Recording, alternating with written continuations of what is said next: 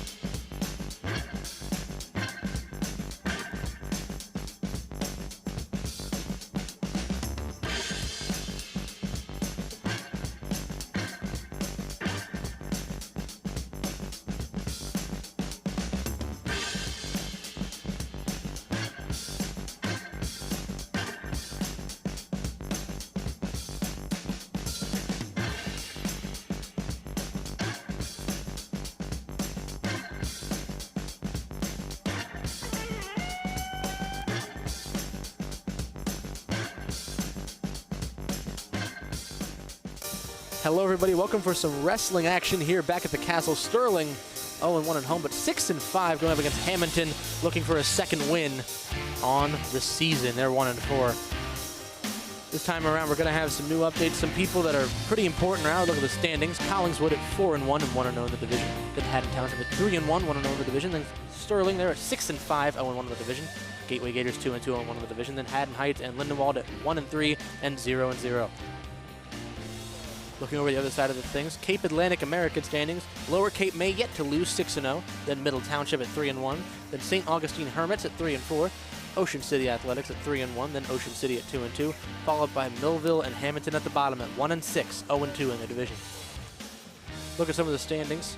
The offense got 44 points per match. Defense 34 allowed. Lucas Romano at 12-1. Chase Sparagowski at 144 at 10-1. Then Rene Camacho, who will not be here tonight, at 10-2. And then the heavyweight Diesel Desi Mullen at 12-2 on the season. As for Hammonton, they've got 32 points per match and about 44 let up. Tyler Police at 5-3 at the 106, 25-11 overall. Mason Gayris 5-3 and then 113 at the weight. And then 175 Vincent Palermo 37-5, 8-0 thus this season. So these are pretty okay teams. Hammonton obviously switching to claw back for some more recognition. Sterling trying to get further into the win column. It's going to be an interesting set between these two, but until then, as the wrestlers make their introductions in person, let's get the introductions on your screens.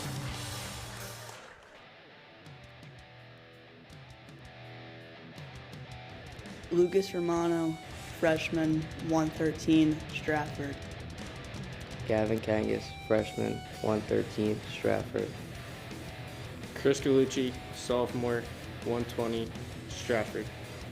Julian Avalos, freshman, 120, Laurel Springs. Jacob Reyes, sophomore, 126, Stratford. Ryan Police, sophomore, 126, Stratford. Joseph Carter, senior, 132, Magnolia. Marlon Williams, freshman, 138, Summerdale. Chase Baragowski, junior, 144, Laurel Springs. Jaden Williams, junior, 150, Stratford. Mason Marvin, junior, 157, Akron. Declan Winters, junior, 165, Laurel Springs. Victor Romano, junior, 165, Stratford. Chris Cants, junior, 190, Summerdale. Julian O'Donnell, senior, 190, Magnolia. Liam Crawford, junior, 215, Laurel Springs. Richard Williams, senior, 285, Summerdale. Bezin Mullen, sophomore, 285, Summerdale.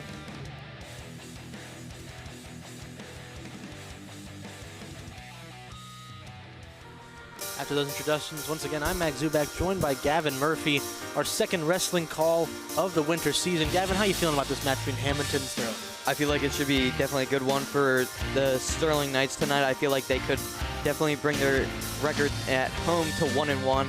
There is a few matches I'm excited for. I'm excited for Diesel Desi Mullen, as he's been perfect here at home so far. I'm excited for younger guys like Lucas Romano, who has only lost one match. I'm excited for people like I'm excited for Chris Cans to see his first match out here tonight. I'm excited for Liam Crawford, Chase Bergowski, Jaden Williamson. There's so many more, but I mean, this should be a great heavy-hitting match for Sterling here tonight, and they should come away with a 1-1 record. What matches are you most excited about for tonight? Well, there's one I'm most excited about, and then there's one that I'm not worried about, but most interested in, I should say is the word. I'm most interested in seeing how 175 goes with Camacho out tonight. He's obviously 10-2, been a heavy hitter for this Sterling team. So they're going to need some firepower at the 175 in his absence. But what I'm most excited about is seeing people like Jacob Reyes get more opportunities. He's only 1-2. This is going to be his 4th match. Another person who's missing on injury, a messed up elbow. He's in a sling is Joseph Carter. He's also really solid on the mat. So these people that they're missing are pretty big names. And these matchups are going to need to scrounge for every point. I was talking to Desi Mullen earlier about his situation. Obviously 12-2, one of the better guys we got here. He's the heavyweight at 285. He asked me, he said, should I pin him or go for points? And I went, why are you asking me? I'm not the guy to ask. And he goes, well, it depends on the match, because this is something I didn't know about. Sometimes it's the strategy to go for the points, and sometimes the strategy to go for the pin. So my hope for each of these wrestlers is that they can differentiate what the strategy is from match to match, because we've seen it in some cases where they really want to go for the pin, but they could be winning on points so easily, and vice versa. And they could have the pin right there, but they want to go for the points. So that balance is what I'm interested in seeing from match to match. We should be starting up after these with the 106. Jordan Williams and Jack Beach should be the matchup.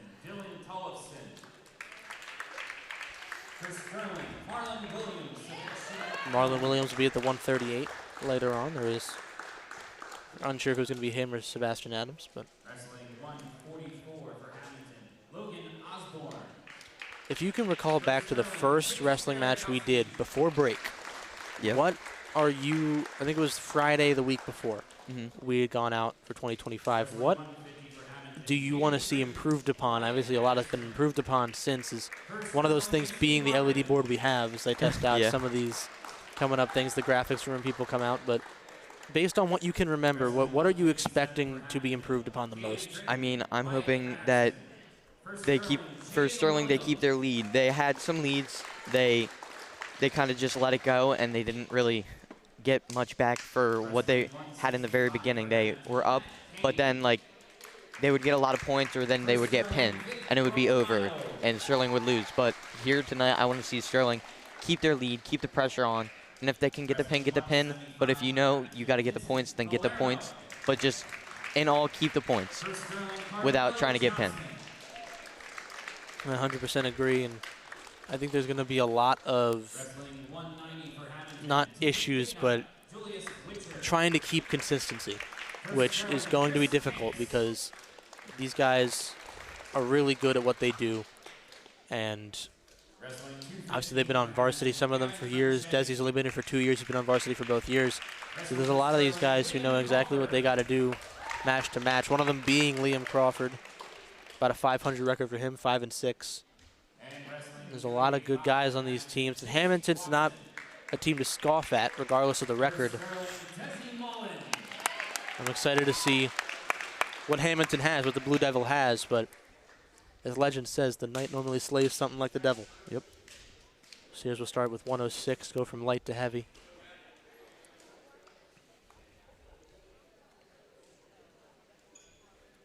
We're watching JV just before this. Saw some good performances from both sides. Sterling, a team that had a couple of matches, couple of four-way matchups. That was the most paradoxical angle I've ever seen. Weird shot. Looked like the basketball net. I mean, we'll see some of those tomorrow. Yeah. Wednesday we play Haddonfield, the boys team does, and it's going to be rocking at the Castle. There's going to be definitely will a lot of energy. Sound like an NBA playoff game. Oh, for sure.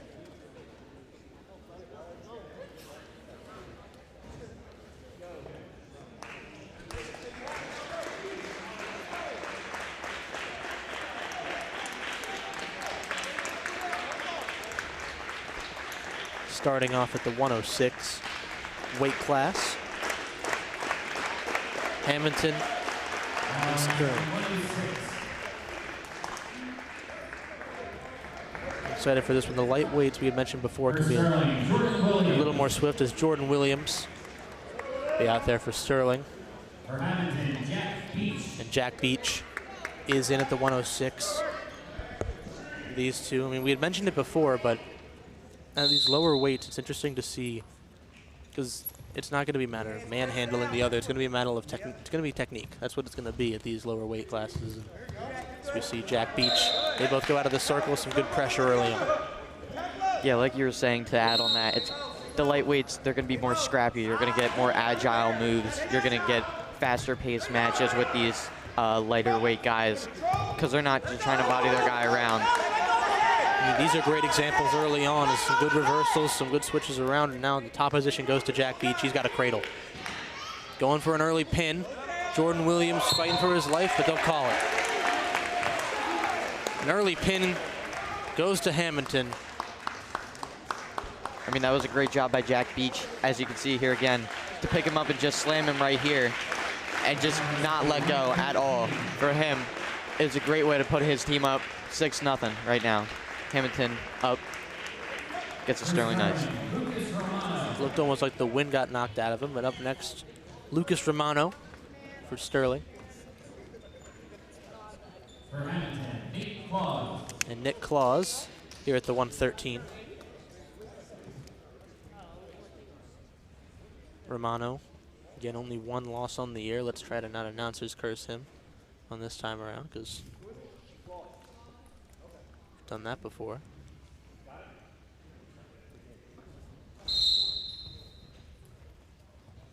Romano not scared to get low to the ground with his opponent, trying to force awkward positioning out of Claus and then try to capitalize. We've seen it throughout other matches he's had, both this year and the year prior.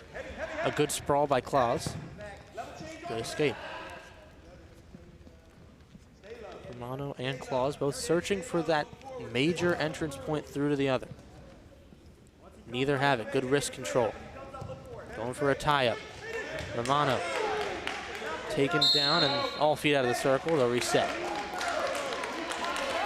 I mean, it was a great job there for Lucas just to get him out so then he can get back into this game. These two start back off in neutral again, and once again, they match each other low to the ground. Going for the ankle, Romano. Had the right idea. Claus. This is very interesting. I've never seen anything like this. I have not either. I'll call it the totem pole for now until I'm corrected. Trying to go for almost an inverted triangle. He's got it under the armpit of Romano, but Romano's trying to take control of the ankle. And all stalemate there, and they'll reset. I mean, Claus was looking like a spider there, trying to spin his web around Romano. And if he's a spider, he's looking to inject the venom anywhere he can. Trying to neutralize Romano, who we know is a threat on the mat, and a third reset. These two have been back and forth, neck and neck this entire first set of 2 minutes thus far. Good takedown attempt made by Claus. Romano now for the mount, trying to maintain control. We're back here again. Look at the bottom left corner of your screen. We'll get the replay there of the double leg attempt and then the slam down from Romano. Take sure himself with control, keeping the toes in, but call the 3 points there. Romano gets the first points finally.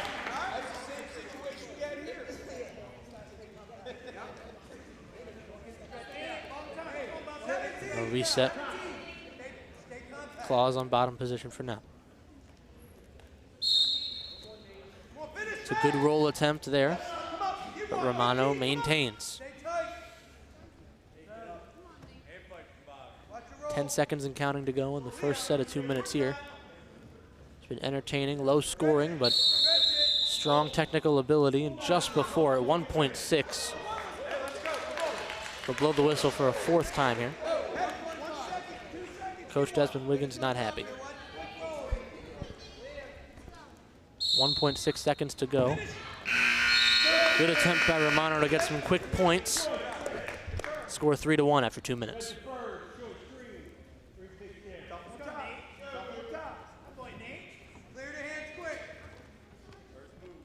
After that first set of 2 minutes, what are you expecting out of these 2 minutes? I mean, I'm expecting some more scrappy, fast-paced wrestling. The great maneuvers they've been doing on both sides, spinning around each other. I mean, it's been really fast-paced. But if you're Claus here and you need to get 2 points and you're trying to get them on Romano, who has only lost 1 match, what are you thinking right now?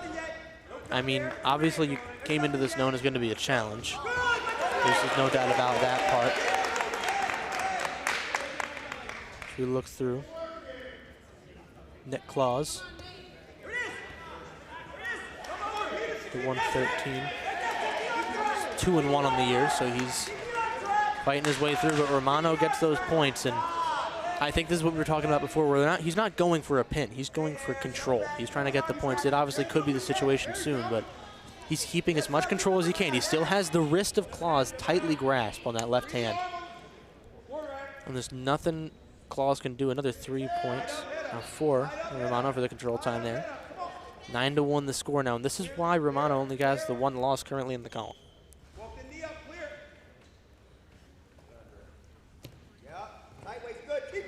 Got the waist, pin it there, a good roll. Once again gets on the top position. There is no doubt that Romano has dominated this second set of 2 minutes quite handedly. Call it there in the back of the head. Take a look at this one more time here. The attempt from Claus to go somewhere. He keeps on the arm to level himself back and gets those 2 points. Now he's up by 10.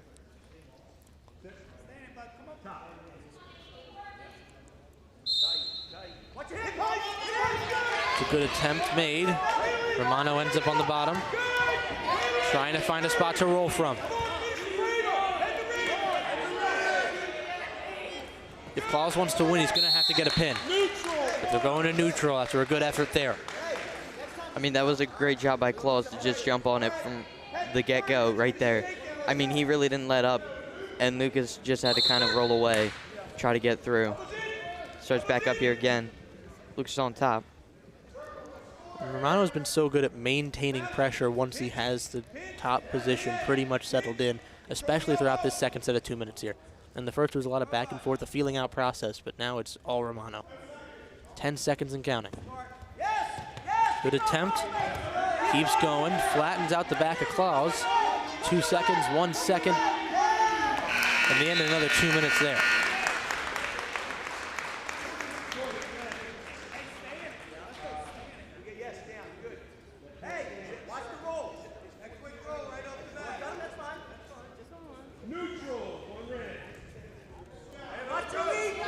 Lucas calling for neutral here, trying to maintain his lead. I think that's the right move. I mean, he's obviously been really good at almost psyching out Nick Claus throughout the majority of this. There's Romano still trying to fight. Forces a bit of a scuffle, gets another 3 points to his name, 17-3. Staying on top, could get a pin if he wants it. Calling it there, 3 points. And Romano, the technical fall. Romano will get his 13th victory on the year.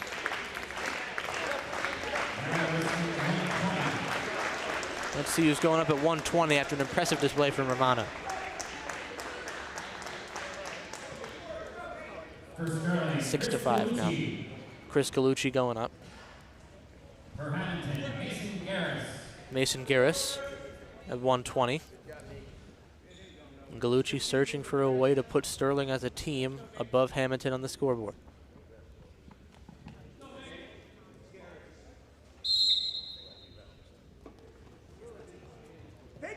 Starting off with a tie-up. Garris fights his way out of it. Gallucci still searching. Trying to sprawl. Does a pretty good job of it. Still fighting. A single leg turned to a double leg. Then focuses the single leg again. That right leg of Gallucci. Has to find a way to get through. Hasn't given up position just yet. They'll say Garris gets the takedown points. Gallucci's body contorted here. It's really in opposition to see. But it's keeping Garris' control. On top again. And they're all out of the circle now. They'll reset. 7 points already to Garris after 45 seconds. Chris Galucci, 5-6 on the year. Looking to improve that to an even 500, but Garris is proving a tough challenge.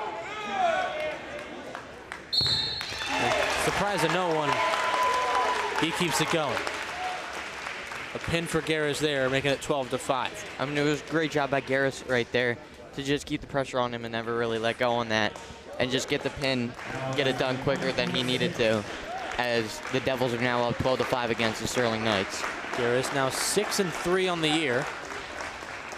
Strong performance here. We'll have Ryan Please come in here at the 126 for Sterling.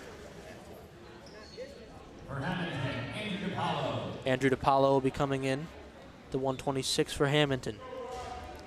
1-5 on the years, DiPaolo. So because of the very similar singlets, they're putting the things around the leg to determine who's actually the red and the green when it goes to points. So it makes it a little easier to understand for both us in the booth and on audience at home and here in person to know who's who if they're coming in blind. And that was going to be my main concern as to which blue is which, but luckily there's also logos on the front, which makes it easy. DiPaolo scored 3 points, but Police scored another 1.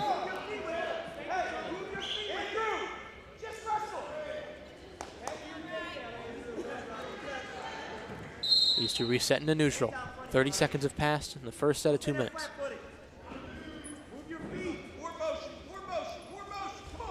Both these guys staying pretty stagnant throughout, need to find their way through, find the flow. Please, gets an underhook. Ends up gaining another 3 points to DiPaolo. He's up 6-1. Trying to just add constant pressure. All limbs. 1 foot still staying in for DiPaolo. He's getting scooted out. A good, smart move by Ryan Please to reset the position once more. I mean, it definitely is a smart move, as DiPaolo was keeping on the pressure. It was a smart move by Ryan Please just to inch out and get back into different position. Starting in the bottom position, DiPaolo maintains control pretty quickly. His armor out. Gonna keep fighting. And he's trying to roll through. Good bridge by Police. Good way to keep away from the pin. DiPaolo pinning down Police a bit.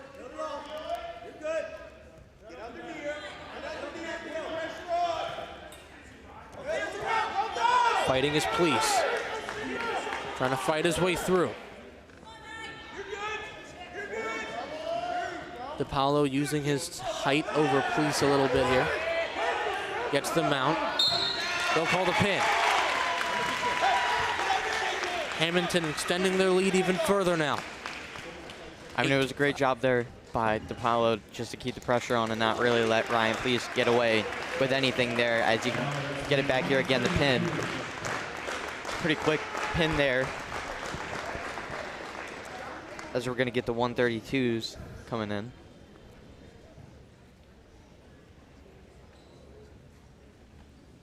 Sterling, Jacob Reyes. And Noel Rios will be coming in for Hammonton at the 132. Reyes 1 and 2. This is something I was excited to see how he can show himself at the home crowd. Reyes tying up with Rios. Rios also 1 and 5 on the year.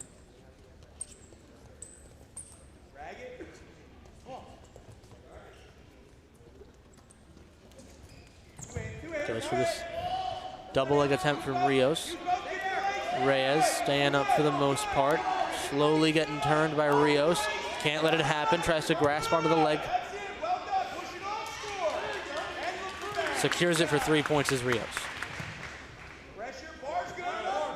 40 seconds have passed, and these two going at it. No lack of control from Rios. Reyes has had to fight for every inch in those scuffles early on.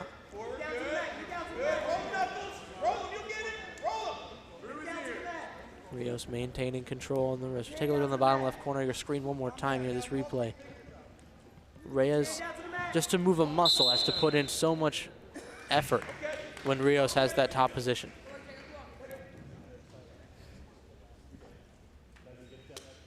The minute left to go in the first.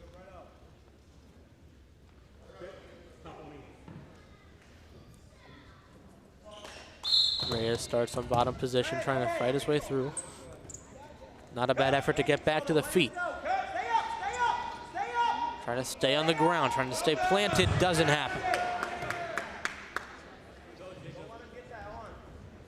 Rios maintaining a waist lock as he inches through. Reyes trying to find his way past the line, make sure they're out of the circle, but looks like the wind got knocked out of him a bit on the slam down to the ground. About 20 seconds remain. Score still 3-0. Reyes has nowhere to go. 10 seconds and counting now.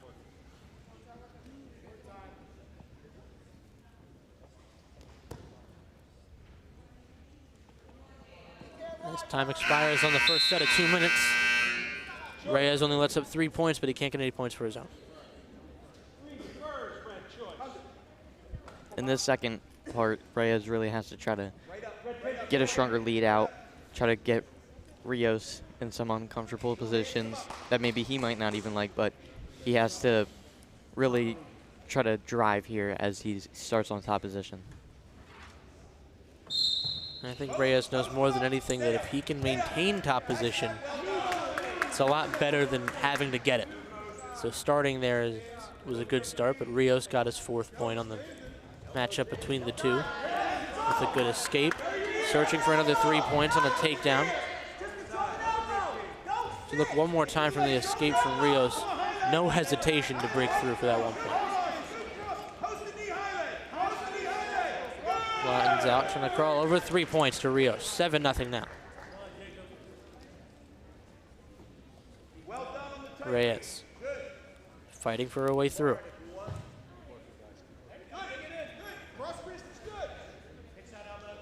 Doesn't have much room to work with, and this is right where we were just around to go. Has the elbow.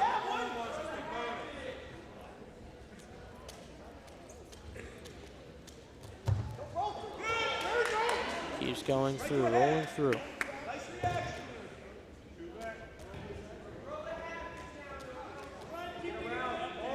Rios makes it 9-0 over Reyes. 45 seconds left and counting in the second round here. Reyes trying to fight for an escape point.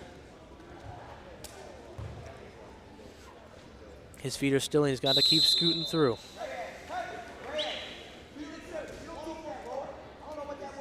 I mean, he's definitely exhausted after he's been flattened out for almost 4 minutes now. Yeah, definitely got the wind knocked out of him in the earlier rounds.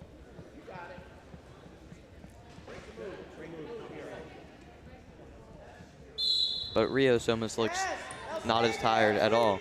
No, he looks pretty fresh still. And it's the exact position we saw earlier, just a few seconds ago before the reset. Reyes lets this happen, and then Rios knows this is where he has full control.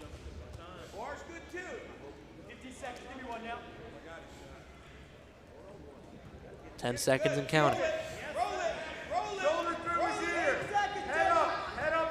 Reyes had an opportunity to roll over, maybe get a couple of points for a reversal or at least an escape.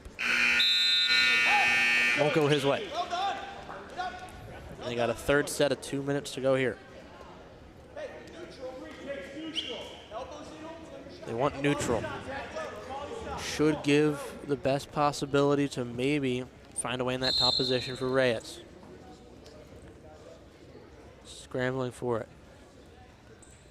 2 minutes have started. Back on a tie-up. Reyes left his leg a little too open, might have it. Rolling over is Rios. Going for a pin, he'll get it. Rios makes it 24-5. Take a look at this one more time here. So he tries to find his way around. His legs got to the top position, his upper half did not. Then he got clamped down for the pin. As we move into 138, Sterling down by 19. Hammonton has Dylan Tollefson. And Marlon Williams will be coming in for the Sterling Silver Knights.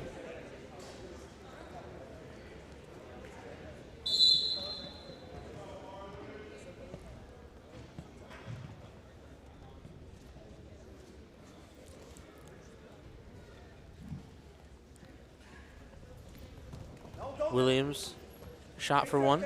Tollefson maintaining a top position in this sprawl. He's got it, 3 points. 25 seconds in, and Williams has to fight his way out of the bottom position now.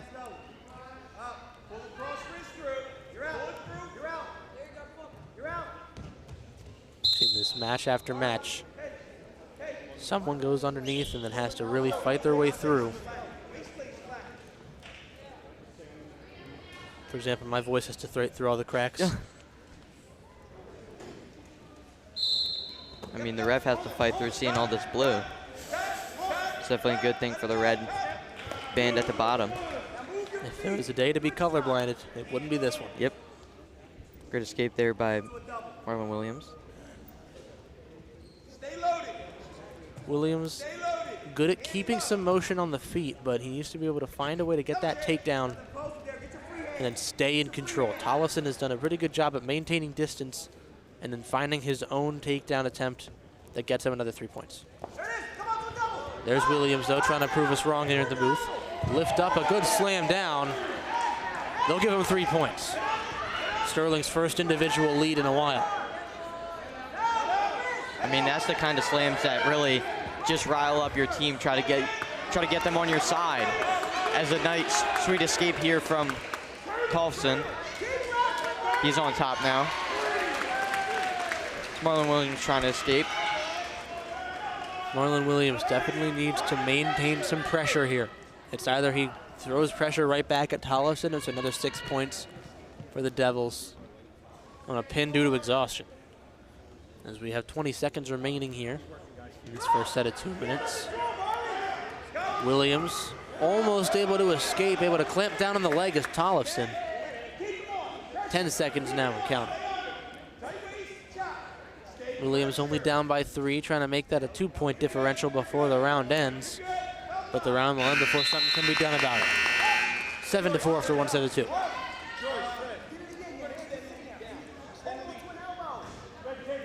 This is the closest matchup we've seen in a bit.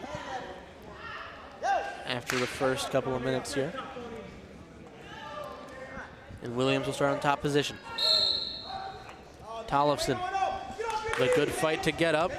Williams can't maintain it, but so close. A good sprawl there from Tollefson. Good retaliation from Williams. Drives around, trying to get the cradle. Good scuffle. Williams gets on top again, trying to make sure there's no leverage points for Tollefson. Tollefson 2 and 3 on the year. They would get the stand up. 8-4 now.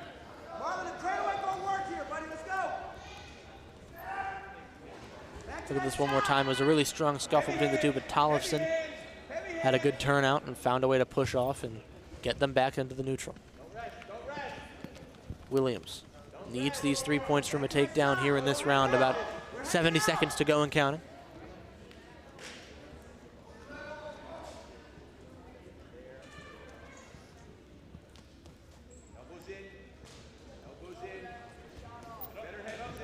Tollefson searching. Good way for Williams, a good bait play. Might have 3 points here. But he's really got to fight for these last few points. 40 seconds remain in this round of 2 here. And Tollefson gets the leg, takes advantage. Williams, some visual disappointment there.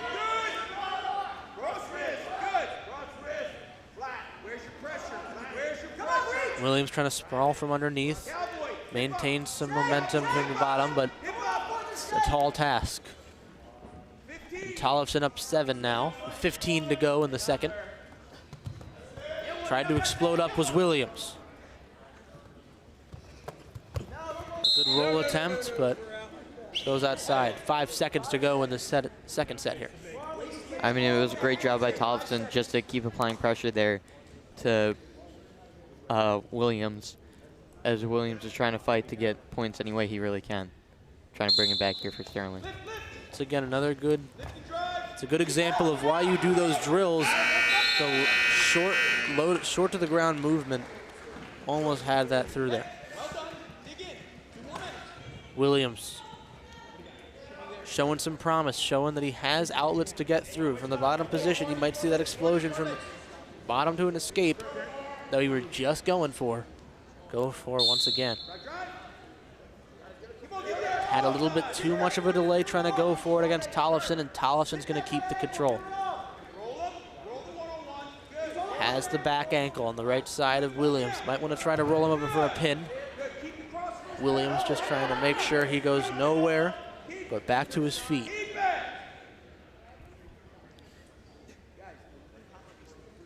Tollefson trying to flatten out. Get your head off the mat, let's go. Pull it down, work, Marlon. Pull it down, chop tight. Tollefson with the crawl. Has that left arm of Williams. Chop it, chop tight. Pull down. Look back. Headgear obscuring vision of Williams, has to fix it.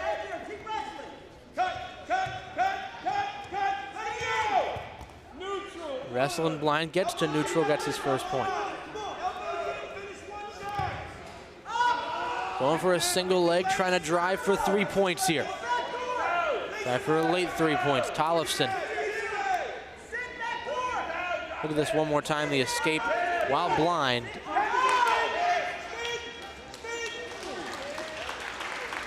Good moves from Tollefson to get another 3 points. 30 seconds to go in round 3.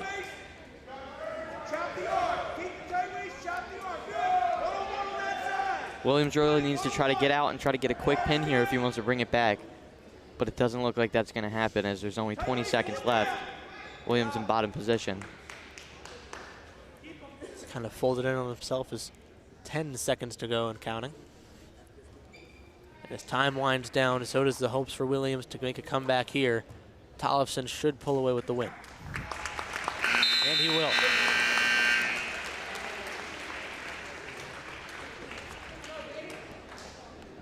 Four points added to the total of Hammonton, 28-5 now.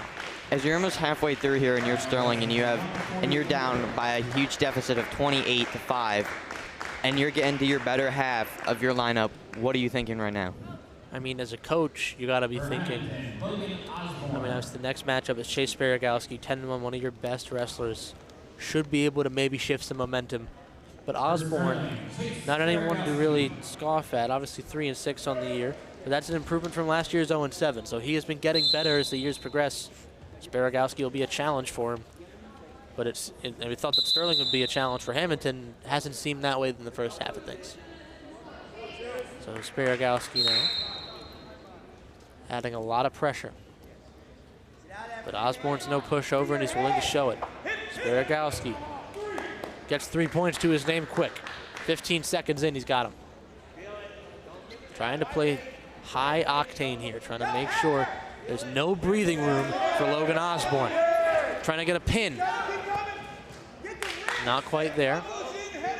But Sparagowski still a ton of pressure. Look at this one more time on the bottom left of your screen. It's a lot of control, and he's not letting it up. And that almost pin was, we're almost here again. He's about to turn over Osborne. Osborne trying to thread his way through the legs of Sparagowski. Sparagowski has the calf, and they'll call the pin. Huge points for Sterling.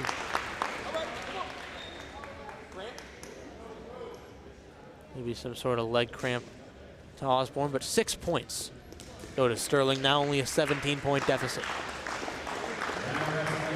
The other he was feeling at, you can see it is cramping up there in the clip. Oh, the calf. Not very pretty to look at. Never is. Mason Marvin will come in for Sterling. What's up, bro? For Hammonton, Wyatt Patterson. Hammonton will have Wyatt Patterson. Wyatt Patterson 2-2 on the year. Mason Marvin 4-9.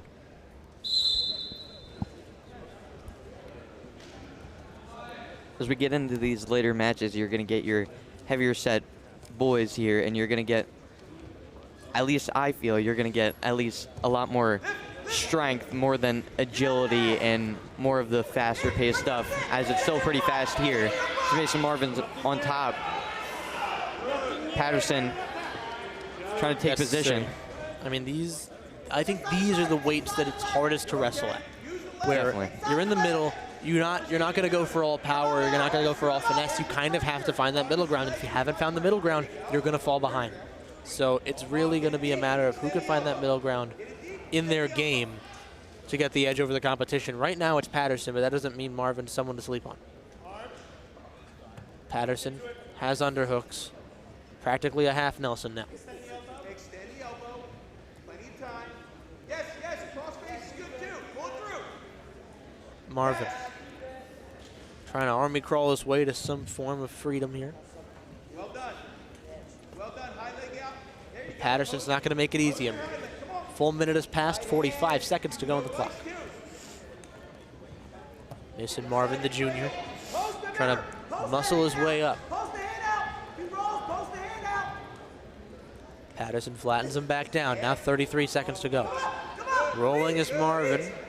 Might have a pin. 25 seconds and counting now.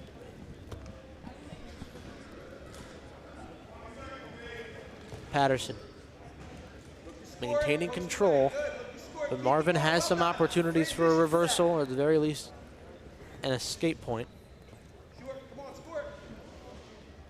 Pressure, no pressure, pressure. 3 seconds, 2 seconds, a second left, and Patterson comes away after 1, 3 points to nothing.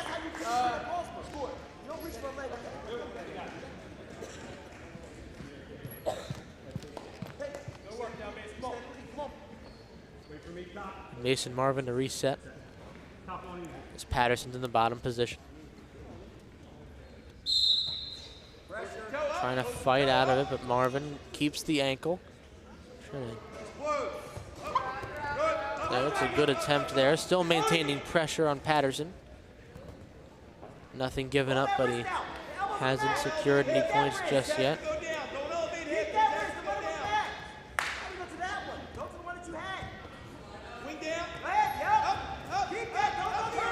Good pressure still by Marvin. Patterson trying to find a reverse. Went for the leg and it cost him. Patterson now has the advantage. Doesn't mean Marvin's going to stop his drive. Oh my goodness. An interesting position for both to be in. Marvin can still fight. Patterson gets 2 points for the reversal. Marvin fights, gets 2.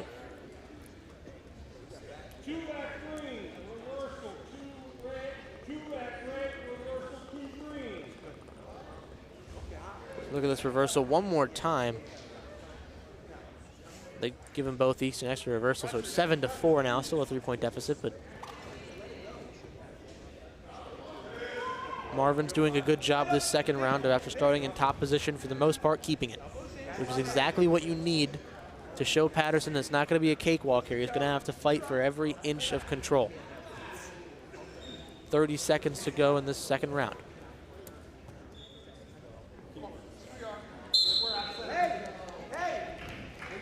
They'll reset.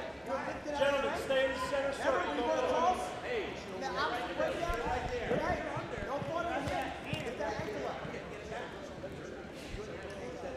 Marvin will start on top position again. Looks like there's a little confusion between the scorer's table.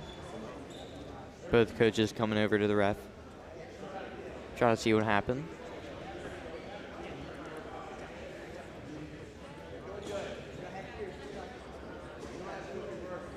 Guys, center, let's go.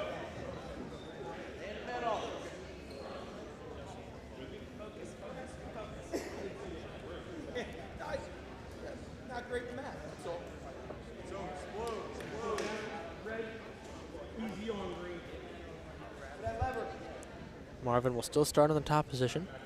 Patterson still up by 3, only 20 seconds to go.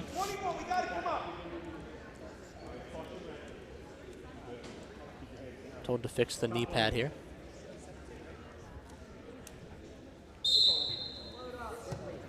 Trying to keep the arm.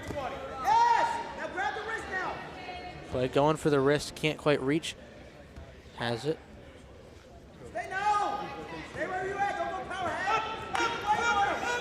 Has to maintain control as Marvin. Patterson not going to make it easy.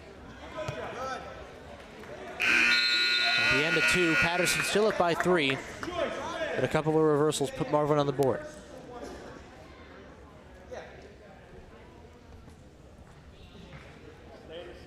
I mean, if you're Marvin here, you're down by 3 as the ref is going back to the score table with the coaches. If you're Marvin here and you're down by 3 and you need to get this win for Sterling to get back in this game, get it a lot closer, what are you thinking here as you have a great opponent in Patterson who is up by 3 right now? I mean, if that's all the circumstances in my head, I'm thinking I'm going to fail. That's a lot of, that is so much pressure to put on yourself when you have all those aspects. That you're not going to think in a positive way. You're going to think everything matters. Every little detail matters, and you're going to get on yourself about things. So it can get in his head, but if he knows what to do with it, he can fight out of some good pressure situations. Obviously not the best start, but we've seen it earlier in this second round where he can fight his way to maintain pressure. All he has to do is start out by garnering the pressure of his own, and obviously that's not happened thus far. Still fighting, a good hook in the elbow.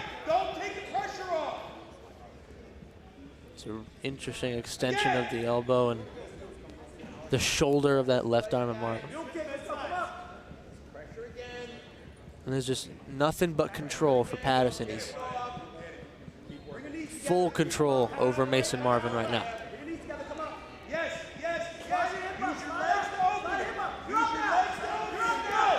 Marvin trying to get an escape point. Patterson wrenches him back. Maintains that control. Great play by Wyatt Patterson there.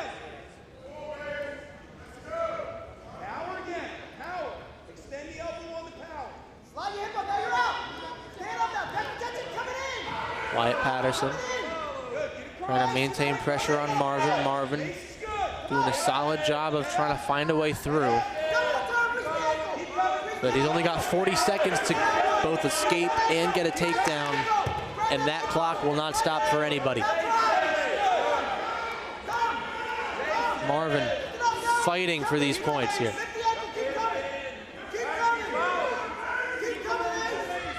Has to get Patterson's leg out from between the zone.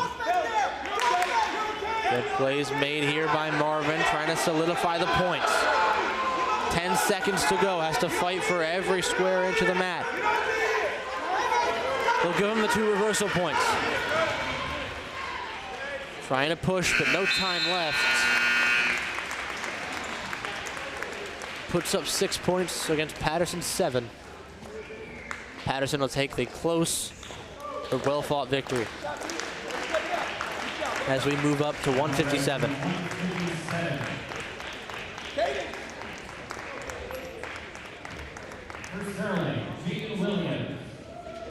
Jaden Williams coming in for Sterling.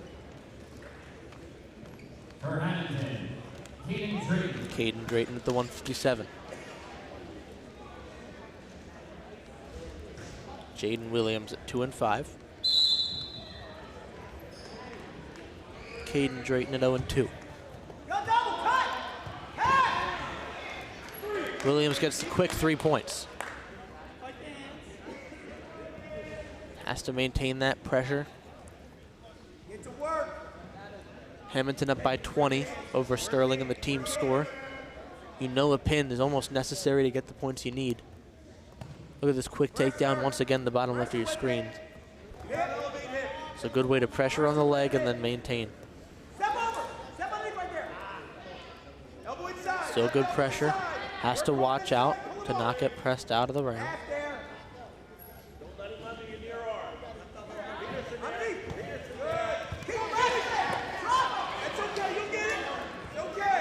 Rolls out of the circle, but still good pressure from Williams. 50 seconds have passed.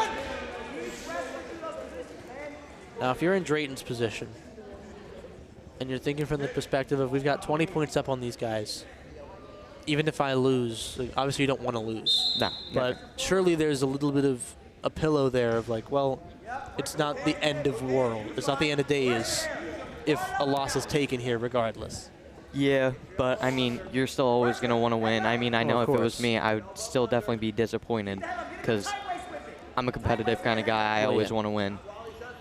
Even though my team is still up by a lot, but if you're him here and you want to get this win, you really got to dig deep against a guy like Jaden Williams, who's a strong competitive guy and is always going to also strive for that win, try to get the lead, try to cut down the lead on the Hammonton side and try to get some more points here for Sterling.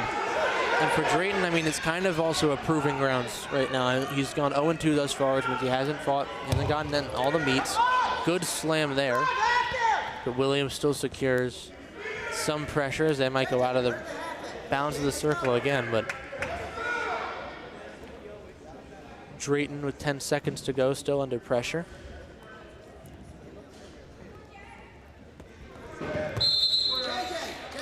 About 3 seconds to go. Well, that was a lovely slam. Well, slam attempt rather, as Jaden still maintained control of the waist. And Drayton will start on the bottom with 3 seconds to go. All he has to do is have some good pressure here on the wrist, and buzzer will sound. First 2 minutes have gone by.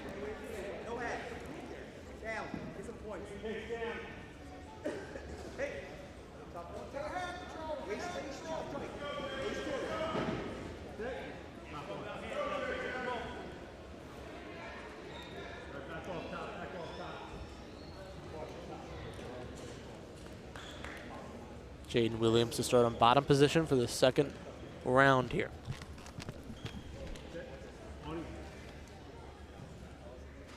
Drayton looking to maintain. Williams looking to spin out. Drayton not doing a half bad job of maintaining the strength of Jaden Williams. A call for the back of the head.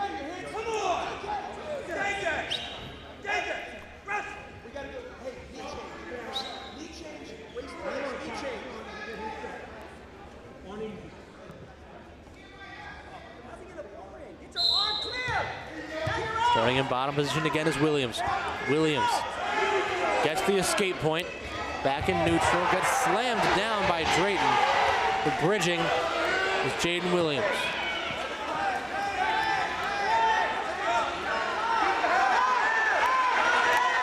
All he has to do is drive up. Drayton has 1 point. Good play for the reversal, Williams.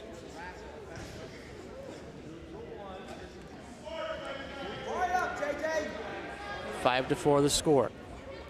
And look at that replay one more time. It was so interesting. Come out of the bottom position again. Williams did a really good job of, after an initial struggle, not giving up, finding his way through. He now has the control. It's now 6-6. Minute to go. 3 minutes have passed in the full set of 3 here. I mean, every time Drayton thinks he has something to go and Jaden Williams just fights right back. As Jaden Williams is on top position here, trying to get head control, with Drayton spinning him over. It's been like this the entire match. Trying to get a pin down. Bridge. And Williams, he's done a good job of, I mean, there's been 2 scenarios now where he's almost been pinned out of nowhere by Drayton and able to get the bridge, maintain, possession of the match. Look at this one more time. It was a great slam by Caden Drayton. And he's able to bridge, walk his way through.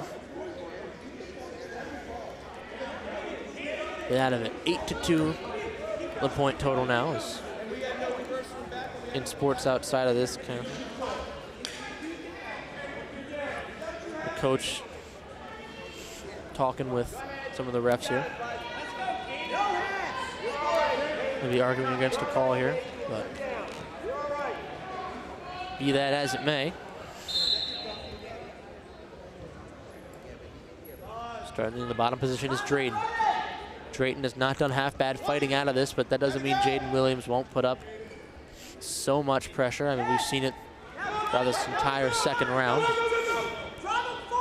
10 seconds to go. Williams just has to maintain. Don't let the reversal tie things up here. Now 5 seconds.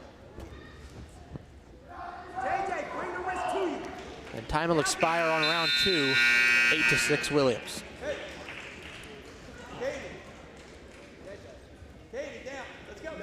Got a Trevor Zegras revenge game tonight. 6 minutes. Anaheim comes to Philly.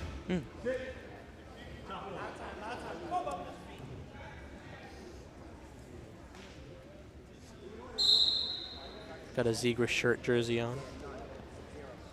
Ready to go, just as these two are ready to kick off round 3. In these early moments is going to be a matter of whether or not Drayton can power through to get back to neutral, because Williams,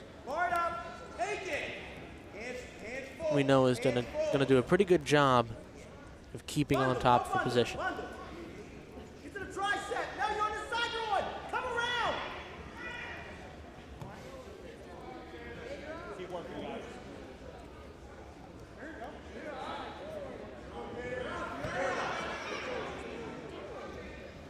Williams.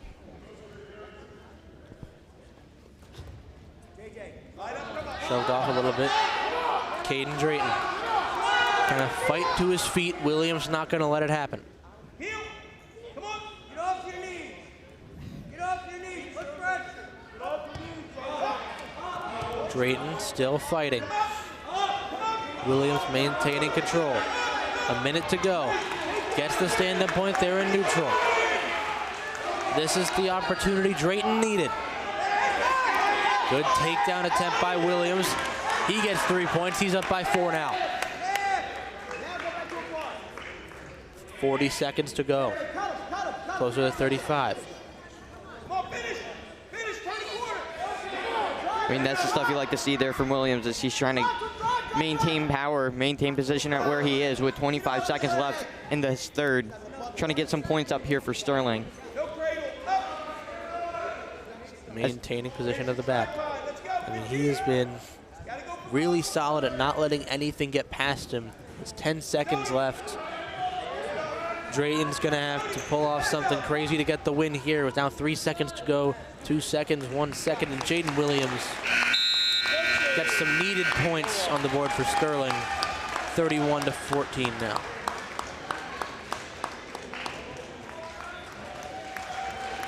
There's Coach Des Wiggins talking to Jaden Williams.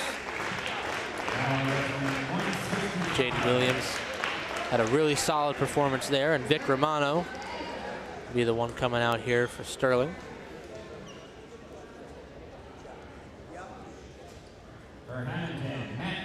Matt Kane at 165 for Hammonton. Vic Romano 4-7. Saw his little brother, Lucas Romano, earlier with a win. Hopefully he can bring another win in for the family and for the school. Matthew Kane, 3-2 on the year, the senior. Good attempt made by Romano to try and reverse, but nothing there. Kane has 2 points. They're rolling back and forth to somersault fest here. They'll give the 3 points over to Romano. The 2 points. Finally, they settle into a top and bottom positions. Points are flying all over the place. Romano's got 7, Kane's got 5. What a scuffle early on. I mean, they were almost looking like a tumbleweed over there. As you got Victor Romano in the bottom position right now. Kane on top. Vic trying to get out, trying to get some points, get some more points from his 8. As he looks like he's about to get back on top here. These points of reversals, I mean, it's what's going to get one of these guys the win, because I don't think they're going back to neutral after that. No.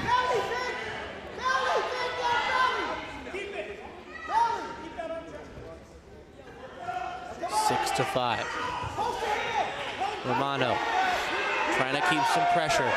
25 seconds to go in round 1. Now 20. Kane has to fight for another point here just to get up ties this thing.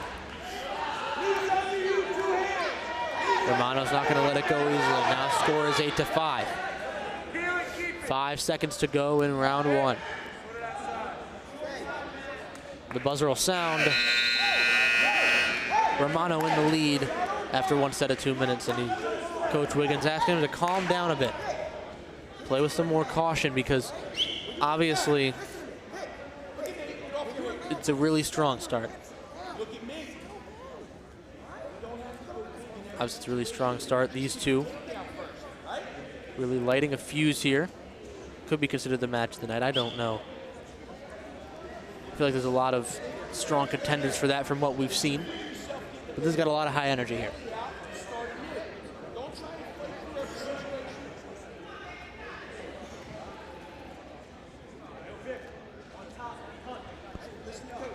Not sure exactly what's happened. I think some more coach-to-coach talk.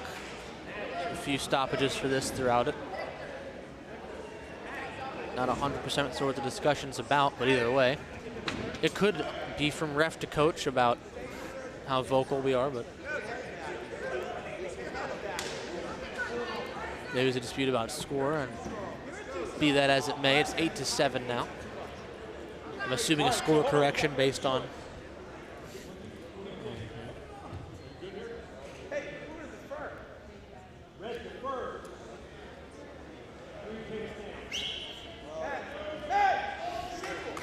we'll start with Romano on the bottom. These coaches know each other well. Off the bat. Some whistles blowing. And they'll start again. Romano had a really quick escape there. See if he can replicate it to get another point back on the board for him.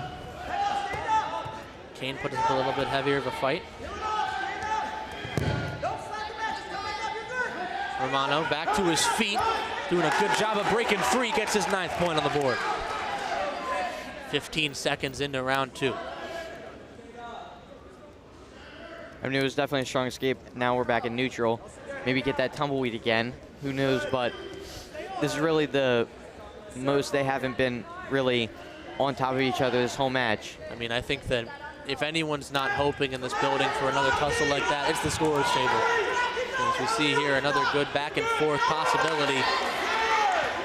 No points awarded just yet. The cradle 3 go to Kane. He's up 10-9 now. Going for a pin on Romano. He's got it. I mean, it was a great job by Kane there to apply the pressure and just not really let go. It was a great job of him to get the pin there and the win as he won, getting Hammonton's lead, extending it even further as they're now up 37-14 against the Sterling Knights. I believe with that win for Hammonton, this might be out of reach for Sterling. 23-point differential, I'm not sure. No, they can make that up with 4 pins in the first round. So it's not out of reach just yet, but they are on the precipice. It's definitely going to be a struggle.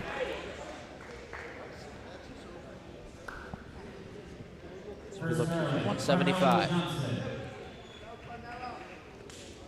Carmelo Johnson coming in for Sterling. Vincent Palermo coming in at 175. Johnson and Palermo.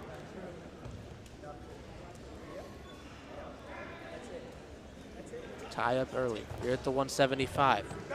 Johnson in for Rene Camacho. Palermo gets a quick 3 points. 20 seconds in. Palermo 8-0 on the year, so he is going to be a force to be reckoned with. And Johnson's kind of been dealt a really rough hand here. Could you imagine if this was Camacho versus Palermo? You want to talk about match of the night? Yeah. That's what sells the tickets, but Johnson decided it's time to prove himself. I mean, this could be huge, but the pin The push over to take this out of reach for Sterling.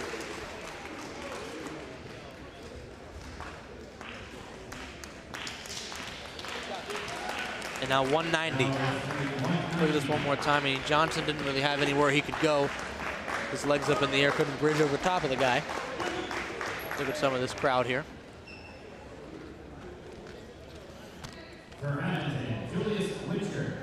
Julius Winter coming in for Hammonton, and Chris Kantz coming in for Sterling. Kantz and Winter. Kantz goes for a takedown. Winter has some underhooks, and you want to talk about the weight getting up there now. We're at 190. These are going to be, or Witcher, excuse me, not Winter, but still, these are going to be your heavy-hitting kind of matchups, these next few, Kantz, Crawford, and Mullen. So I'm excited to see how they are, because we have mentioned this before, that the more the weight goes up, the more high impact it's going to be, and a lot more likely someone gets slammed.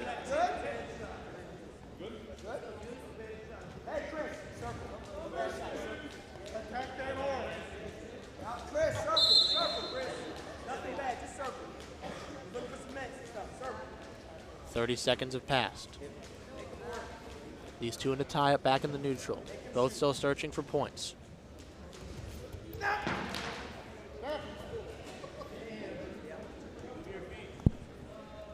Wincher and Kantz. Witcher, excuse me. Witcher 1 and 3. Kantz 4 and 6. Chris Kantz. They're both around about the out of the circle here, still fighting to keep their foot in. They don't want to push out just yet.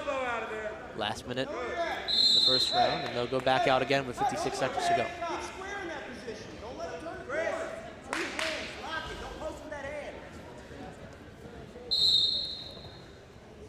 Kantz showing that he's aware of the takedown, but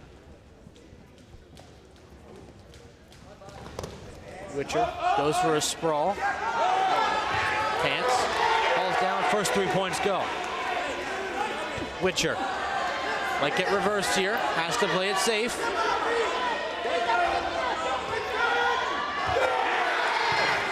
Witcher stays on him.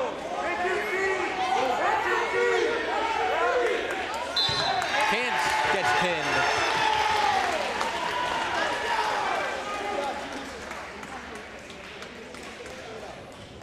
Kantz holds the shoulder afterwards, and we're down to our last 2 matches at 215 and then 285 afterwards. Take a look at that pin one more time. It's a rough situation to be in when you're trying to really just focus on pushing your way out of the circle to get a reset. And in the meantime, the ref's waiting for the shoulders to both be down. Liam Crawford coming out for Sterling. Gavin Franchetti on the other side. Franchetti, Crawford.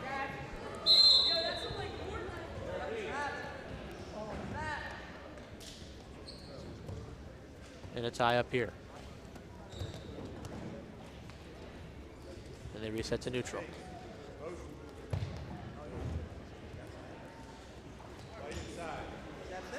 Good head position. No knees, good head position. Well done.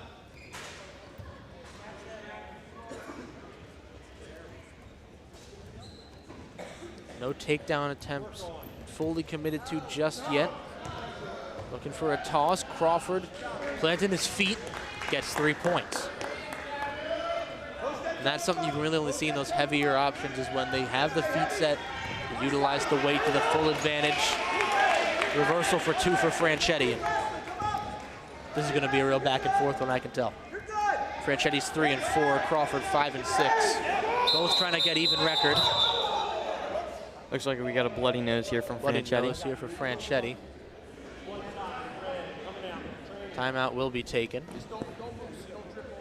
Be back with more in a moment.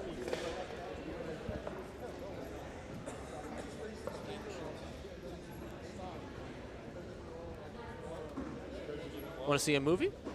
Maybe. What do you want to go see? I want to see Who Could Fix With My Plumbing.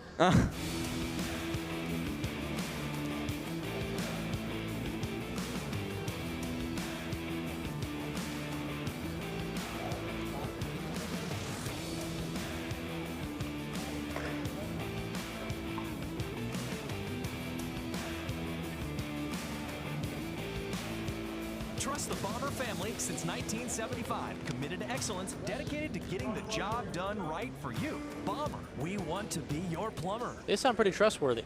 I mean, yeah. We should go get them. Maybe. I mean, I'm not going to share my plumbing details out there, but Drano hasn't been working. Yeah. Hammonton up 49-14 here.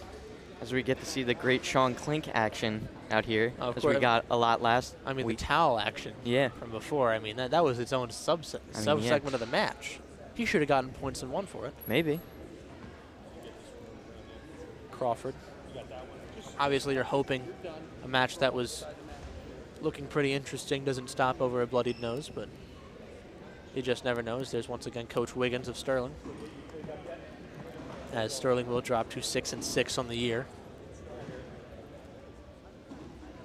There's his daughter with him.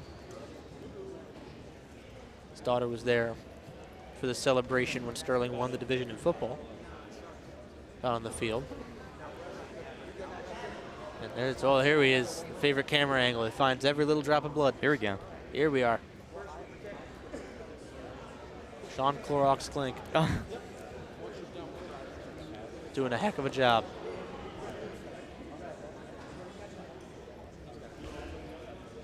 Well, with a reset like this, obviously for Liam Crawford, it's a lot more about catching your breath than anything else. Take a look at it. Tomorrow, January 7th, 5:30, Sterling. The Dogs come back to the Castle.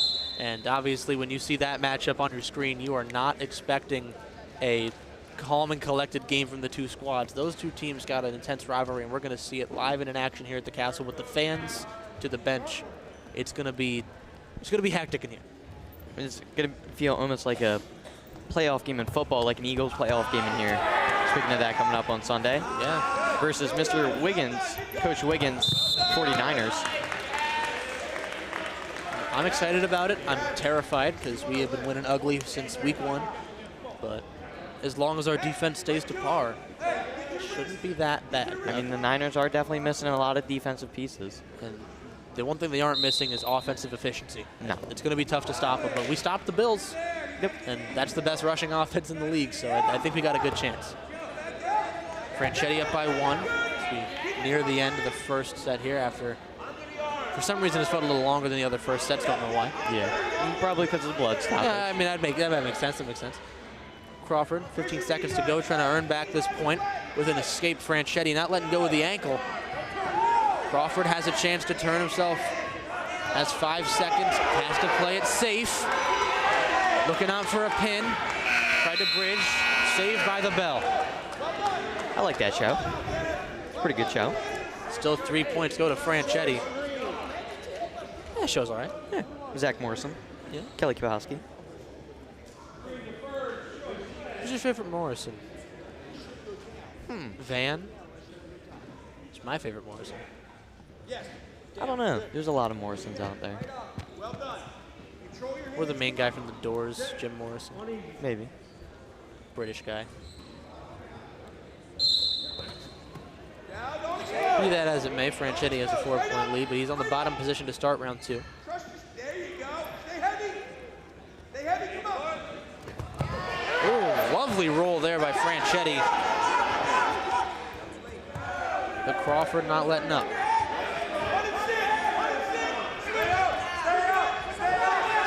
Franchetti has to stay up to maintain this lead. Or at least maintain a clear one. Crawford. An escape, 1 point to Franchetti, now 5-point differential. 40 seconds have passed in round 2.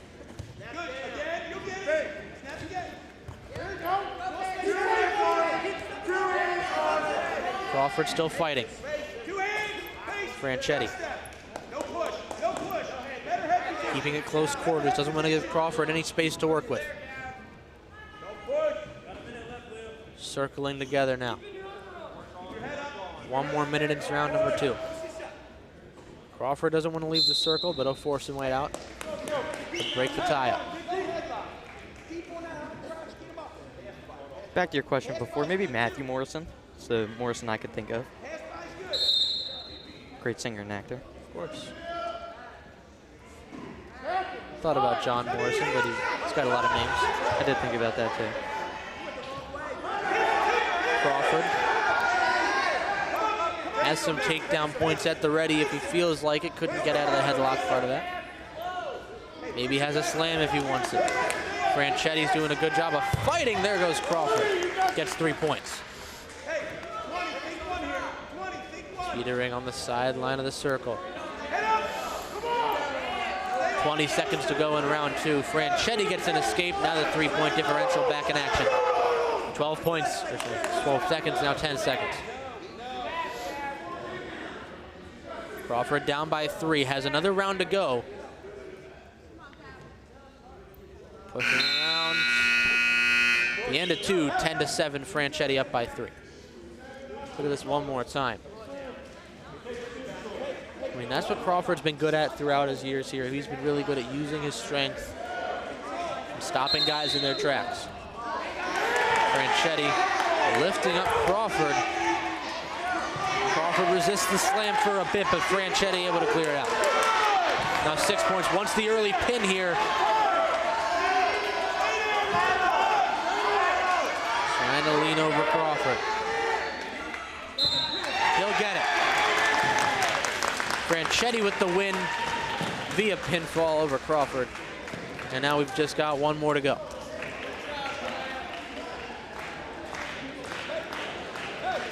I mean, that's some strength there by Franchetti, lifting up Liam Crawford with only one hand. So I was wrong earlier. It's Zach Morris, not Zach Morrison. We'll mix up. It's okay. And that whole tangent was off of something wrong. Yeah. Chase Watson and Desi Mullen, the heavyweights. There will be a post-game show. We'll get some of the guys who won from the Sterling side of things. They go out of the circle pretty quickly.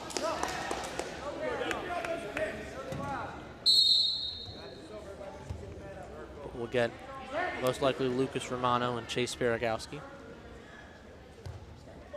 2 solid showings from those two. Desi Mullen could be a third. 12-2. One of the better wrestlers this team has. Against Watson, who's 3-4. Excuse me, 2-6. Watson not half bad. Obviously, Hammonton has a lot of good competition in division.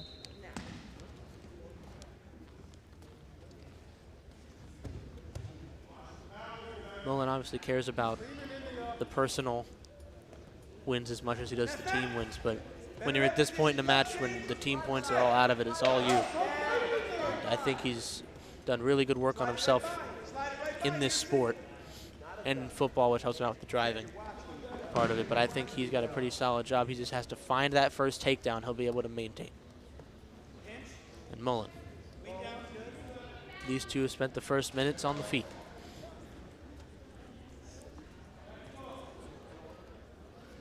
Mullen trying to find a way through. No points awarded just yet. They're driving. Tried coming towards us. I'm not trying to wrestle either of them, so I'm... Got a little wink there by Desi Mullen. Yeah, they can stay on that side of the mat. Got a little wink here. Look at that. Pointing at me. Feels special. Too much charisma out of that man. I mean, it can definitely be a great thing to have on this. Almost always it's a good thing to have in some situations. But in this kind of sport, it's definitely great to have some charisma. It's a good way to carry yourself as well. 20 seconds to go, these two. Bill still looking for a first takedown attempt. Mullen, close to it. He's trying to hit all 4 corners of the cameras, I'm not sure. He'll get awarded 3 points late in the first. And after one, a hard fought one on the feet, but Mullen's up 3-0. Take a look at this one more time here. Late into this round, able to maneuver his way around. He'll be starting in the bottom position, Desi Mullen. Chase Watson has an opportunity to get a couple points back, but see how it goes. Mullen almost right back up to the feet. Mullen. Watson still has the leg.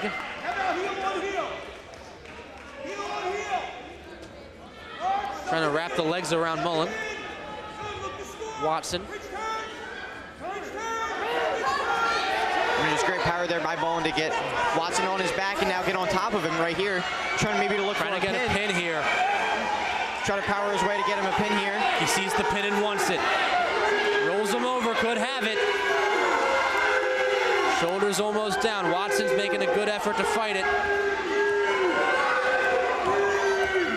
It's almost there, but now he's got it. Desi Mullen with the pin. He's earned himself an interview with that one. Hard fight on the feet, but once Mullen had control in that second round, it was all over for Watson. Take a look at this one more time. Little victory celebration. I mean, it took the ref a long while to count it, but he never tried to fix the position. He knew what he had was a winning position. Hammonton, regardless as a team, wins 55-20 over Sterling. Sterling goes to 6-6. 2-6. It's the record for Hammonton now. Sterling now 0-2 at home. We'll be back with post-game show shortly. Don't go anywhere. See you in a few minutes' time. Back with Gavin Murphy at the desk before we get a few interviews in on some of the winners. We've got some points for their solo record. Back shortly.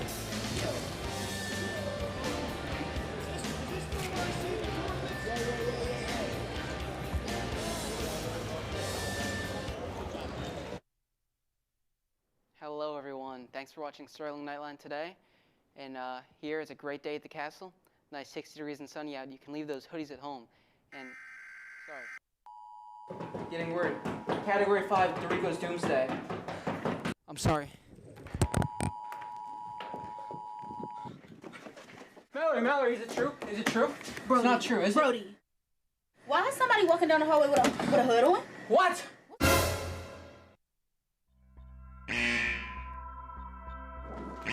Dude, how'd you get rid of? Come on, man.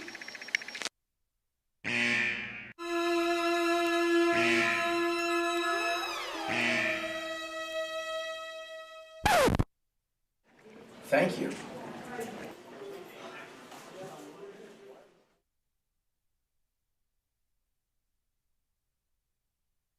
Hey, Dad. Hey, how was the game? It was great. We won. I'm sorry I missed it. It's okay. You can check out all the highlights on Sterling TV 19's YouTube channel. Oh, wow, really? All right, I'll check it out then. Bye.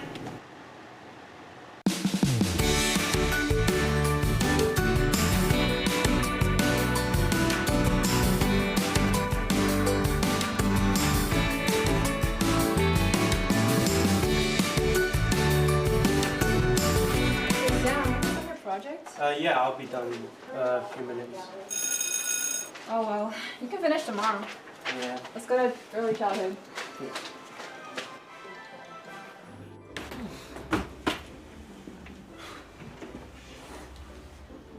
Yeah, this guy didn't log out. Should we mess with him? Yeah. Hey, Mr. K, I think you should up your Make sure to too. Thanks, Cole. And send.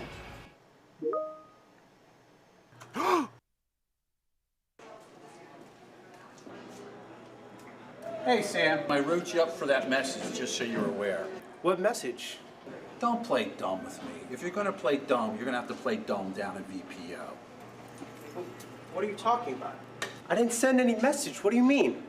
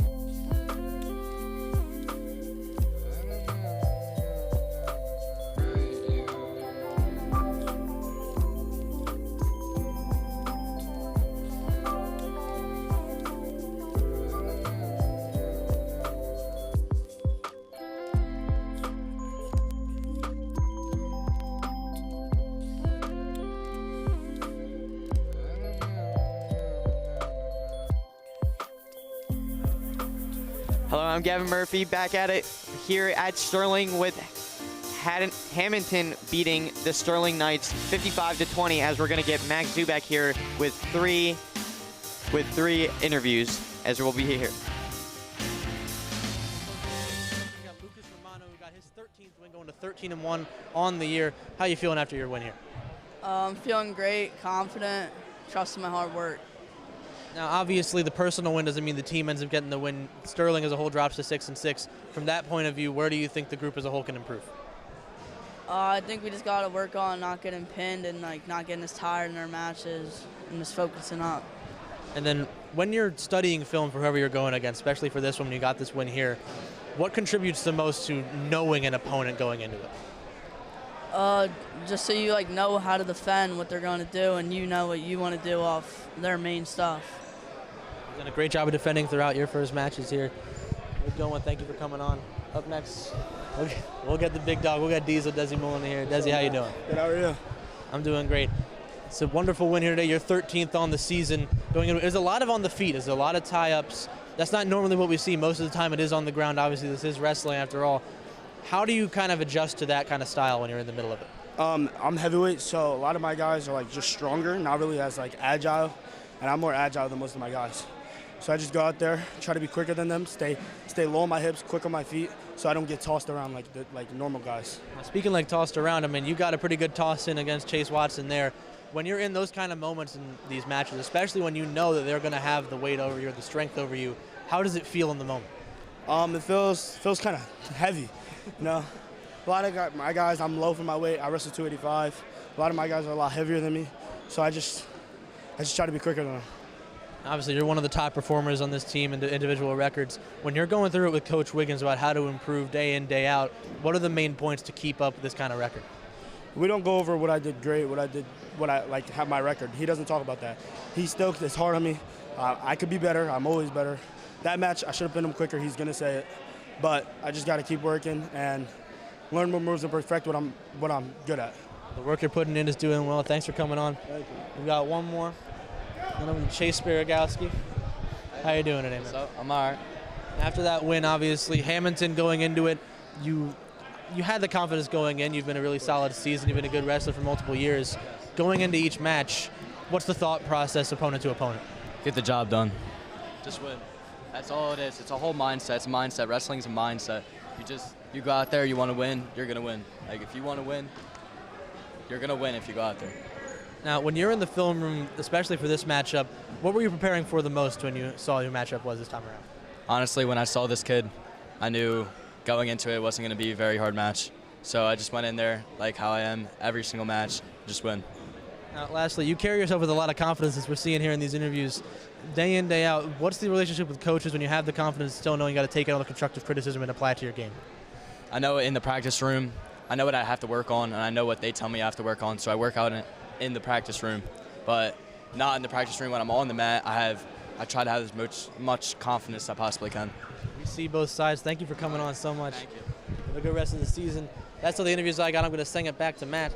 I'm not going to send it back to me. Send it back to Gavin at the desk. See you tomorrow.